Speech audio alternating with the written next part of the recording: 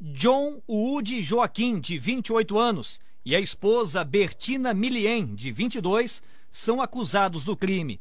O casal de haitianos está há 10 meses morando no Brasil e é suspeito de matar o próprio filho recém-nascido. Você matou o bebê? Não conhece esse que matou. Não sabe esse que matou. Quem enterrou o bebê? Não sabe esse que enterrou o bebê? Inicialmente, o casal procurou um hospital de Blumenau informando que o bebê havia morrido de causas naturais. Desconfiados, os funcionários da unidade de saúde acionaram a Polícia Civil, que começou as investigações. O homem foi trazido pelos policiais até esta associação de moradores e aqui ele disse que tinha enterrado a criança. E os policiais, então, vieram por este local, fizeram este trajeto e constataram que o bebê tinha sido enterrado ali embaixo, às margens de um ribeirão. Está ali o buraco onde a criança foi enterrada.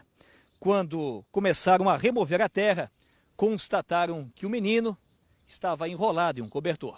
A polícia não tem dúvidas da participação do casal na morte do bebê. A mãe conta sempre a mesma história de que o bebê teria passado mal e depois ela falou que realmente enterraram.